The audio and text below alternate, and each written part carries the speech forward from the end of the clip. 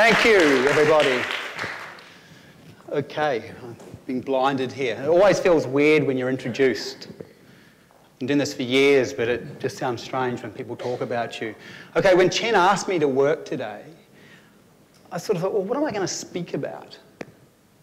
I teach business owners how to build business. This is a TED conference. So I want to bring something that's a little bit more meaningful to me and to most people. Because how many people in this room own a business, by the way? Okay, great. If you really look at why you own a business, you really own that business to fulfill yourself. Now, fulfilling yourself may mean serving and helping others or giving yourself the lifestyle that matters. So one of the things that I've worked out is that we tend to do or try to live a life that's very fulfilling to ourselves. Now, before we can define what is fulfilling, we have to work out what really matters to us. Now, to preface today, I want to share a story with you. Many years ago, when it was a cold and rainy day, one of my high-achieving clients came to meet with me, and as he walked up to the office, I could see that he was visibly shaken, and he looked smaller than his normally large and confident self. So I knew there was something up, and he quickly told me that he'd been diagnosed with an aggressive form of cancer and that he'd been given 6 months to live.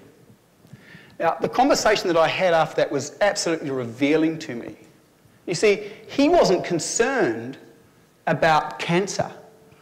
What he was most concerned about, what was at the forefront of his mind, was how he had lived his life. I remember him quite clearly saying to me, Perry, he said, I feel like I've wasted my entire life chasing things that don't really matter to me. He said, I spent all my time building my business, chasing money. He said, I got addicted. I made my first million, and I kept going and going and going. And for what? He said, I've got all the toys, I've got all the wealth, and I've got all the status and success, but I realise now it means nothing to me. Now, crisis often does this to people. They wake up far too late. Anyone experienced that in the room, by the way? Where crisis has woken them up to the way that they're living life? Great, thank you. Okay. So he said to me, if I could do it differently, I would. He said, if I could live again, start from the start, he said, I'd spend far more time with my beautiful wife, doing the things that mattered to her, spending quality time with her and telling her how much I loved her. I'd also spend more time with my daughter, telling her how special she is to me and taking her to dance class and piano lessons and supporting her into being the young woman she wants to be. I'd spend more time with my son, having fun, going on boys' own adventures, just laughing and playing, finding out about his fears and aspirations, and helping him grow into a good man. Now, this client had realised far too late that he'd spent his entire life chasing things that his ego wanted. He hadn't identified what really mattered to him and based his business and life on that. And this story has been played out numerous times in various ways with my clients. Now, I'm just going to give you a bit of background on me. For years, I worked with drug addicts, I worked with prostitutes, I worked with criminals, I've worked with traumatised SAS soldiers, I worked with all sorts of people from what they might call the shadow sides of life. I've also worked with really high net worth individuals. And if there's one thing I can share with you, there is a common human thread and story that runs through all people.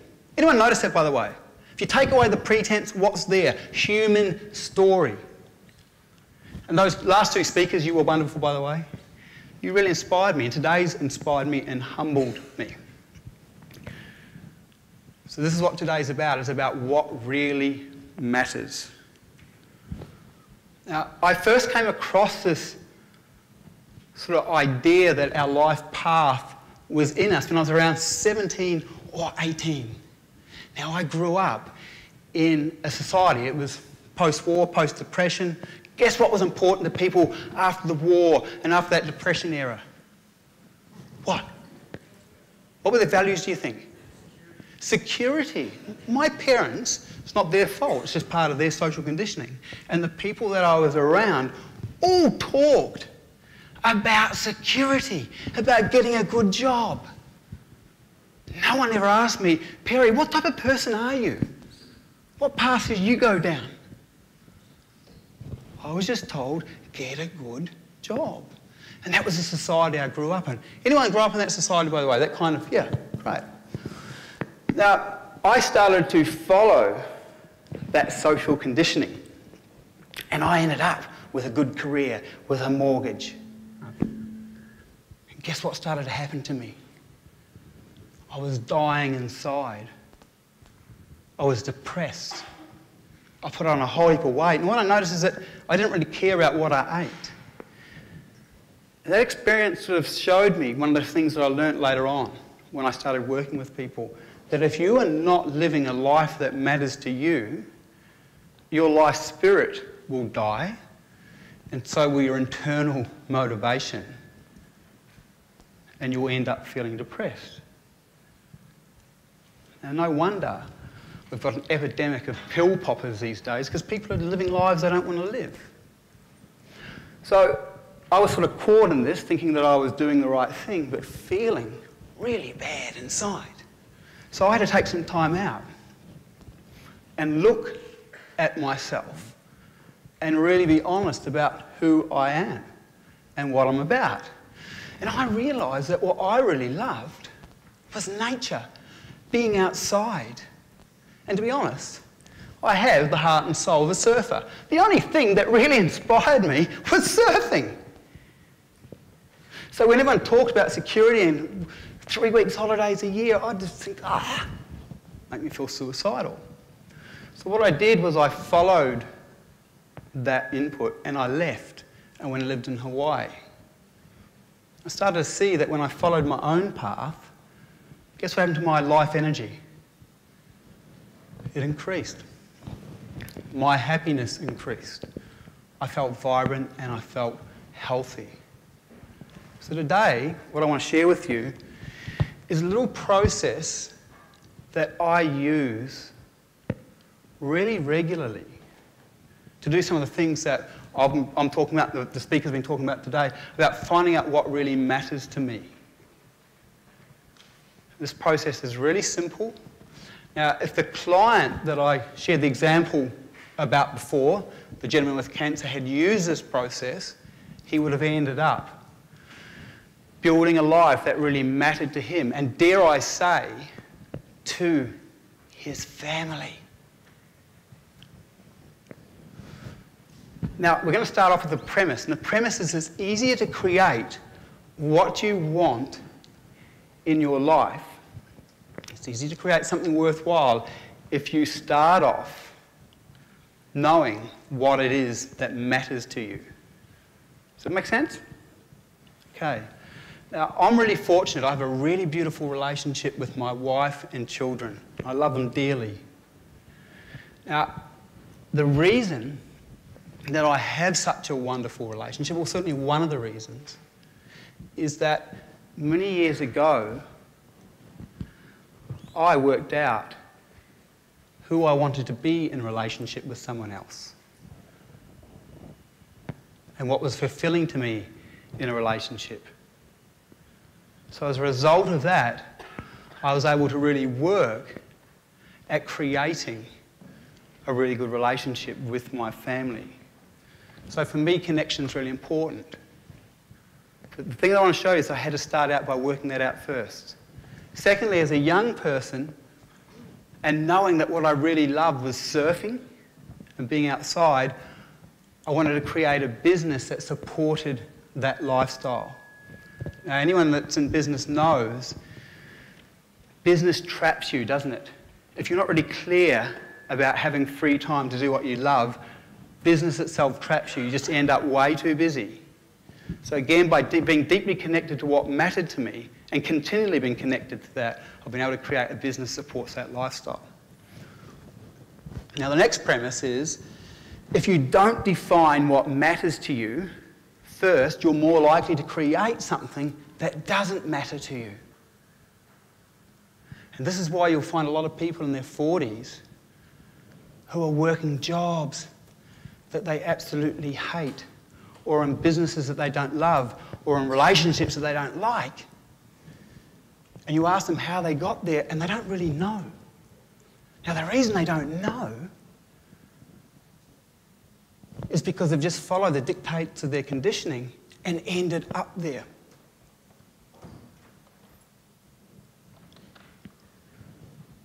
Again, no wonder people are attached. There's a pill epidemic. There's a depression epidemic in Australia. Are you aware of that, by the way? Oh. Now, anyone experienced depression in here? That's a strange thing to ask. Yeah, great, thank you.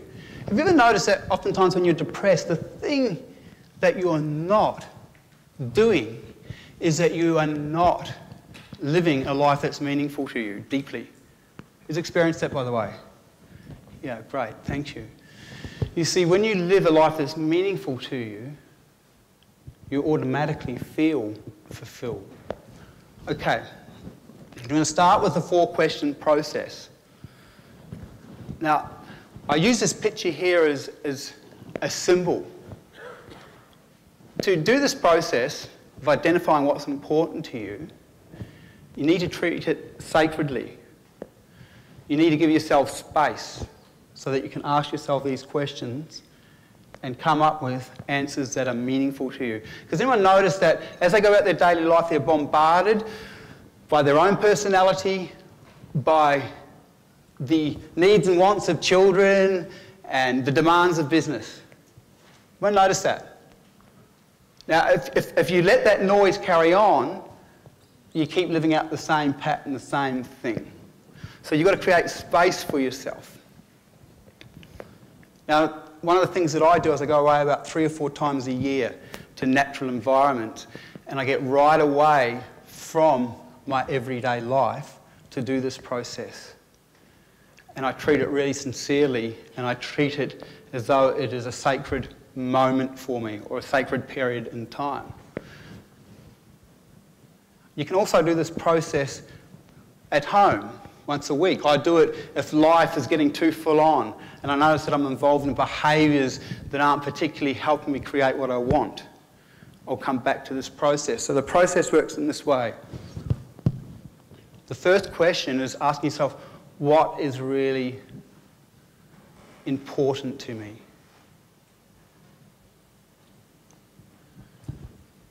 What do I really value?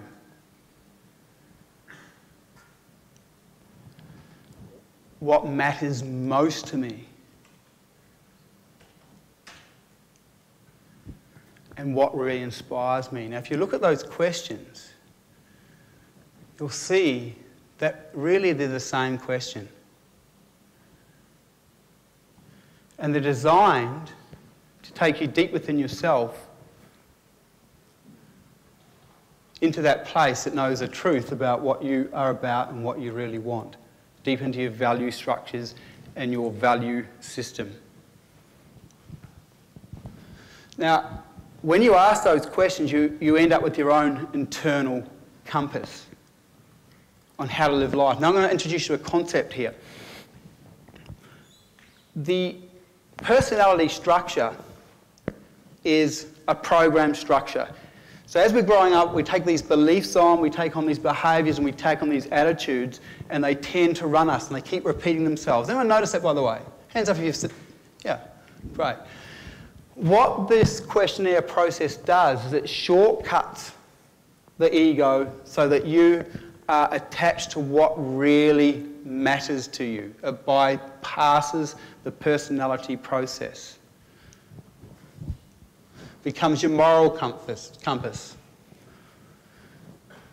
Again, the way that I use this is, say, my relationships with my staff, with my family. I'll notice behaviour inside of my personality that I don't particularly like. And it will want to run its course. But by coming back to what's really important to me, which is the quality of my relationships, my deep desires to express love to the people in my life, my family, and my staff, I'm able to shortcut the habit patterns of my personality. So again, this process of constantly identifying what matters to you shortcuts the habitual patterns of the personality as well. Now, when I was 17 or 18, I was put into a program for violent offenders and people that were deemed threats to society. And I had a real anger problem, a real violent problem. And that's when I started to use this process. Things would happen in my outside environment, it would trigger me, I'd become very angry, aggressive. And so I didn't want to continue along that path. So what I learned to do was, again, identify what was really important to me. And I realised through asking these kind of questions that connection was really important to me. Having good relationships were important to me. So every time I observed that part of me coming up that was angry or violent, I could shortcut it by going, what do I really want here? What's really important to me? So from my perspective, this process has been incredible in helping me live a life that matters to me, and it's been incredibly helpful in helping me overcome the fears and sort of what we might call the sabotaging patterns of my own personality structure.